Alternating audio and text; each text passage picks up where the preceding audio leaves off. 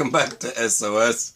I am Staff Sergeant Badass, and today we're going to cover medical and hygiene for the survival bag. This morning, Sippy Cup had to go to work. She's at the hospital, and before she left, I was like, hey, can you go through this medical stuff to see if I need any of this stuff? And I asked, I was like, hey, can I use this? And she's like, yeah. And do I need it? No. So it's always good to get a perspective from someone in the medical field before you go on a adventure, or if you're building your own stuff, right? There's tons of IFAC kits out there. There's tons of trauma kits and things like that that are, $100+ You can piece it out and get what you need and put it together yourself, or you can go to, there's plenty of websites out there that sell this stuff. Great medical kits, great IFACs, and individual first aid kit for those that don't know. This is military acronym. Now, you can do it yourself, or like I do, and we do, and we have a lot of medical equipment. We have a lot of medical gear. We stock up on it, and we go to military surplus stores, and we've mentioned this before in some of our earlier medical videos. We have the medical bug out bag, and we have the medical Minuteman, and a lot of other videos out there that are pretty interesting to watch of ours that are older. And we're going to do some more medical videos this weekend, so they can post throughout and stuff. We're going to get into this medical thing, but I'm trying something new this morning. I was talking about coffee with everyone, and I'm doing instant coffee on the trip. I'm not doing the John Wayne coffee, the cowboy coffee, or any of that stuff, but someone gave me an idea. It's a filter with your measured amount of coffee in it, and you could do that and put it in Ziploc bags and carry it with you. It's a cool idea. And thanks to the subscriber that mentioned it, I thought I would share that with all of you today. But that's what I'm trying out. I haven't tried it yet. Just give me a sec. Oh yeah, it works. It's really good. It actually is really good. It works. It works great. So if you want to do something like that, ready to go, all you need to do is heat your water up by your campfire, chunk one of those things in there, boom, you're done. Cool idea. I might actually bring a couple of them with me. Okay, so my pack's at like 55 pounds right now, and we're going to put that together tomorrow. Today, I'm doing this video. This afternoon, I'm doing clothing, and that should wrap this up, and then we'll move on to, and I have to carry stuff with me that most people don't carry with them when they go to the woods. That's camera stuff for filming videos. I have to carry all this stuff with me to film videos. I'm going to need all that stuff to charge with, everything. So I have to keep that in mind. And there's like a couple of other little items that I'm bringing along, just that's not included in this list here, or any of the lists, because it's all part of the show and stuff like that, and things for myself. So anyway, bring you over here real quick. But Staff Sergeant Badass, you're starting to ramble again. You're running your mouth. You talk too much. You need to make a video. Alright, can you see it okay? Let me shake the camera a little bit. Here, have some of this. Try it. Tell me what you think. Is it good? Yep, it's good, isn't it? Yep. Alright, so talking with Sippy Cup, I came up with this, and this will work. This will be great. We are going to be using tools. If I get a boo-boo, just a scratch. Say I get just a scratch. I have to clear my throat. Just a scratch, right? It's just a flesh wound. So, you've got your regular Band-Aids for boo-boos and stuff. You got like just regular Band-Aids, right? These are just for regular boo-boos. And what I usually do when I get a little boo-boo, I use the antibiotic cream. It also has a slight pain relief. You can get Neosporin or whatever you want, but I just use the Equate version of it. You can buy this at Walmart. It's super cheap. But I apply that to smaller cuts, and that's something that goes with me. One little butterfly bandage. You never know. They're multi-use. I mean, most people use them on their thumb or something, so there you go. Sutures. I've got the pill and stick sutures. Don't need a suture kit. I'm not planning on suturing anybody up. I don't want to do that. I've got you can get individual packet sutures you can get them online anywhere, all over the place. So you get the individual sutures, and it comes with the needle and the thread and all that other stuff, what you stitch with, right? The stitch. So just more bandages. I'm going with non-aspirin because neither one of us are planning on having a heart attack while we're out there, so we'll be okay. Aspirin, it thins your blood out and all this other stuff. There's a lot of stuff with aspirin. It's good and it's bad, but non-aspirin will do the trick if you're in some mild pain. So there you go. I'm taking non-aspirin with me. Even if you have a toothache, like I do. Non-aspirin works for a toothache. It's true. I'm serious. I carry a bandage like this. And I do have an eye patch bandage, and it's in the event someone like loses an eye, I guess, I don't know. But you can use this for the same thing. It's the same width and size for an eye, and you can put some gauze behind it, say a 2x2 or a 2x3. You can roll that sucker up and shove it in there, jab it in their eye. But anyways, the 2x3s, this is just the gauze pads.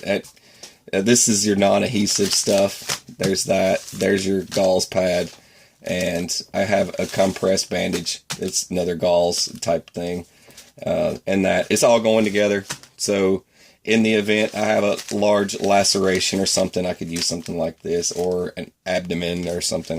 You got to be careful with that because you could reach an artery. You know, if you have an artery problem like that, you bleed out pretty quick. It's like the worst spot. There's a lot of that stuff. I'm not in the whole medical field, so I'm not going to go into details, but I do know what's bad and what's good. And I do know what's really bad. It's just fine.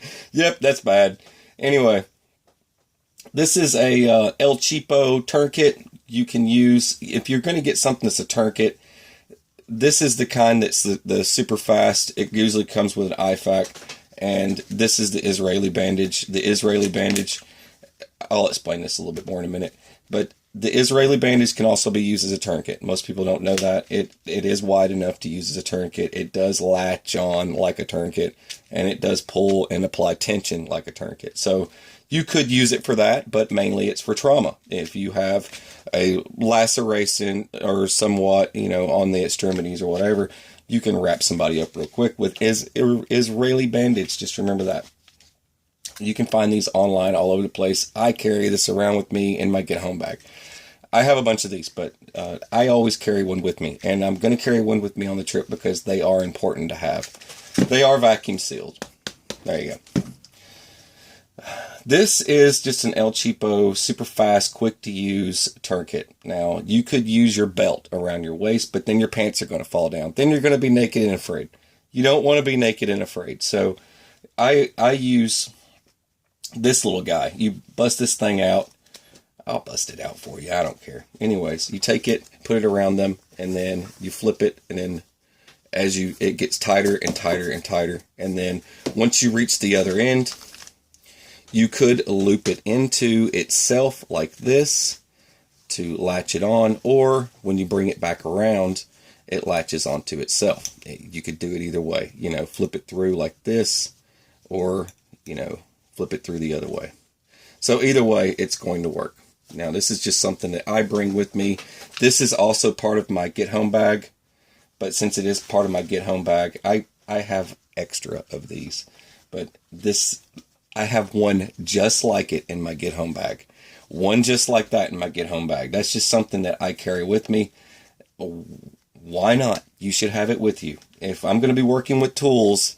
axe, a freaking machete, a buck saw, all this stuff, even a draw blade. All these things could cause a major injury. I'm even going to have with me my drill that I use to make my traps.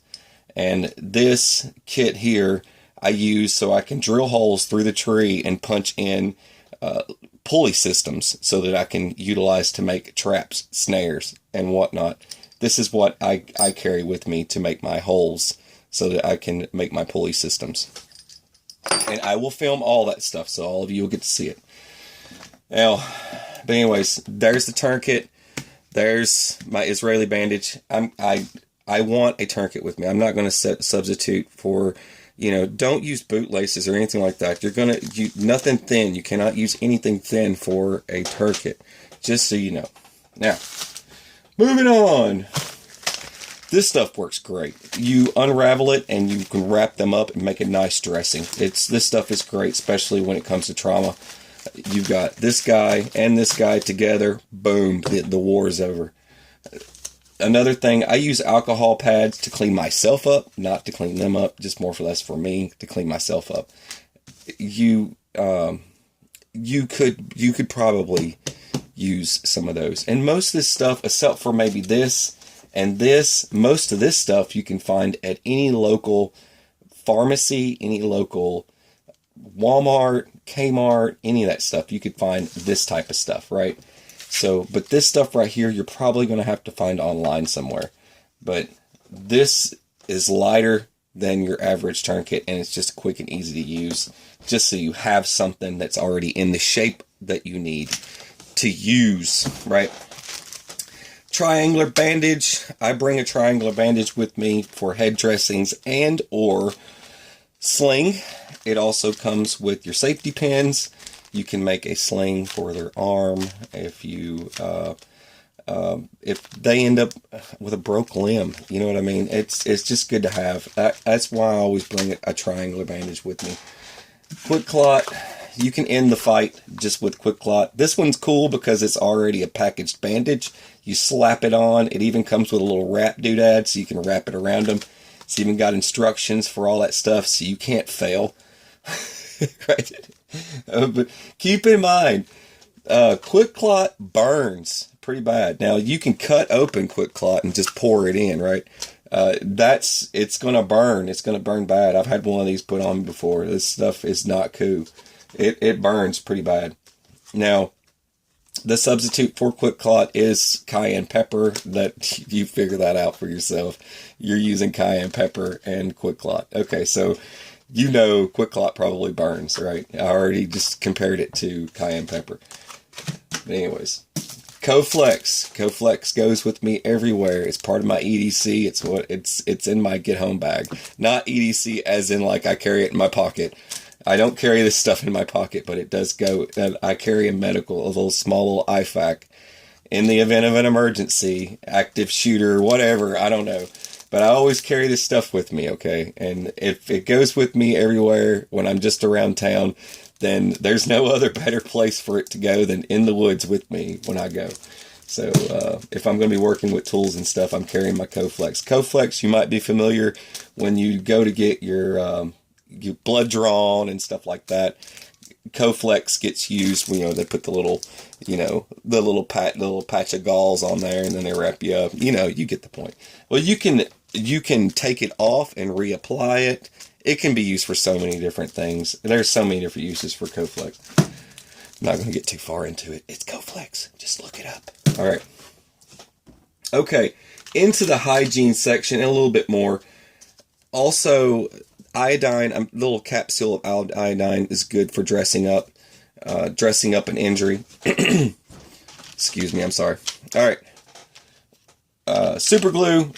There are so many hippies out there that will say, hey, use super glue if you get a small cut or something like that. I don't recommend it, but I do bring super glue on my trips. I bring it just in case I need it to repair something. I crack a piece of plastic that needs to get put back together. But I also, to keep myself in check in my mind, I put it with my medical kit so I know where it is. I don't want to be digging around for stuff. So I keep it in there because it is a multi-use type thing. You can use it for many things. So I'm putting it with my medical kit so I know where it is. Tweezers, I'm throwing them in there just for FYI, just so you know. Bring tweezers. If you get a splinter in you somewhere, you might have to dig it out. I recently had a shrapnel of metal go in my hand, and I had to dig it out with tweezers. And it was just a reminder to carry, don't ask, the shrapnel part. I do a lot of work around here. So the shrapnel, I had to get it out of my hand, and in order to get it out, I needed tweezers. And I usually carry a Tool Logic in my wallet, and I will have it with me. My Tool Logic Has magnifying glass and all kinds of cool stuff in it. You could start a fire with that thing if you wanted to, but it has a little pocket knife and also has a flint and steel to it, and it's like a little ferro rod and stuff. It's a mess. All right, so it's all in my wallet. Now it also has a pair of tweezers in it, so I don't need this, but I just want it for FYI, just to show you a pair of tweezers, right? What kind of person would I be if I didn't explain tweezers? Bring them with you. Trust me. All right. I bring Purell, a little packet. It's a little packet of Purell. These things are awesome because you don't need to carry like that gigantic little spray bottle thing or squirt bottle of Purell. You can carry a little packet. You know, I'm not going to be Purell in my hands the whole time out there. I'm going to have access to water, and I'm bringing glycerine soap. So glycerine soap is the best. It's military grade. There you go. That glycerine soap is awesome. So I'm bringing glycerine soap with me. That's what I'm going to be cleaning my hands, my arms, and whatever else, you know, clean my beard out and stuff. You know, I get food stuck in it. I don't want a Sasquatch trying to eat me because I've still got my Jack Links stuck in my beard. I had to do it. I had to say it. Anyway, Sasquatch. Or aliens. You know, everybody's saying aliens. What about Loch Ness Monster? Could be Loch Ness Monster. Whatever. I bring a lighter. I throw a lighter in my bag with my first aid kit because it's an extra backup lighter. I carry a backup lighter here and a backup lighter with my spool tool that carries my cordage. Just so you know, that's in another video. Baby wipes. I carry the amount that I need, a measured amount of what I need of baby wipes. Clean myself up or whatever, wipe myself off. But I carry just enough to get me by of what I need. And that's just in case I need it.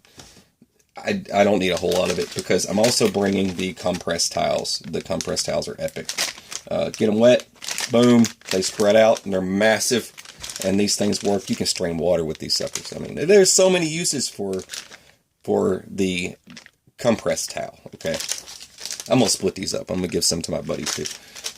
Not just for me. All right. Little sewing kit, just so I know where it is. I'm putting it with my first aid kit. And another thing, calamine lotion.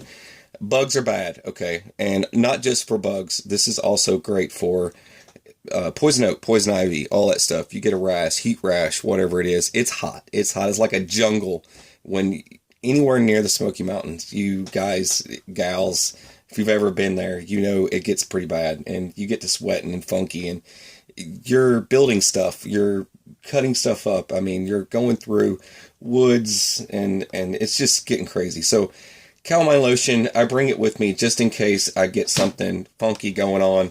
I've got 5 days of it. I don't want 5 days of just funkiness and then I start to swell up like I've been stung by 1,000 bees.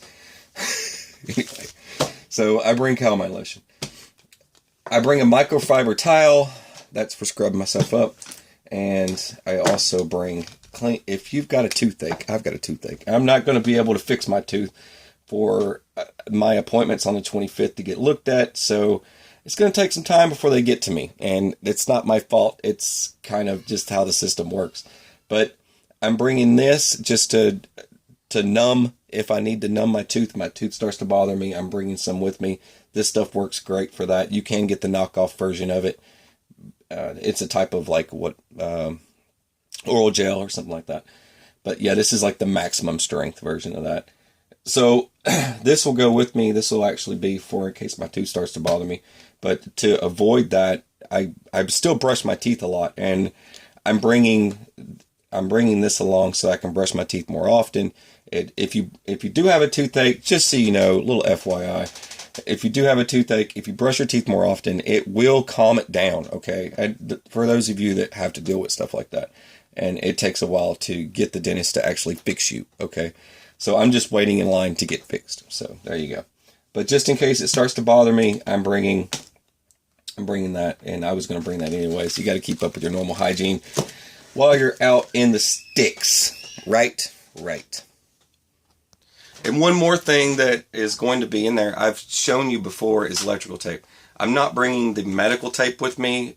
I would, but it's just one more thing to carry. So electrical tape probably works 10 times better than the medical tape. But, you know, it's there if I need it. I highly doubt I'm going to need it. But if I need it, I've got something to substitute for that. It's external. It goes over, so it's not going to be like on anyone's, you know what, you get the point. So it's just good to have. I think that about sums all that up, and I'm bringing in a I've got two backup compasses, and I've still, if you go back and watch my comms video, we are bringing the Rhino 650s, so that'll be in there as well.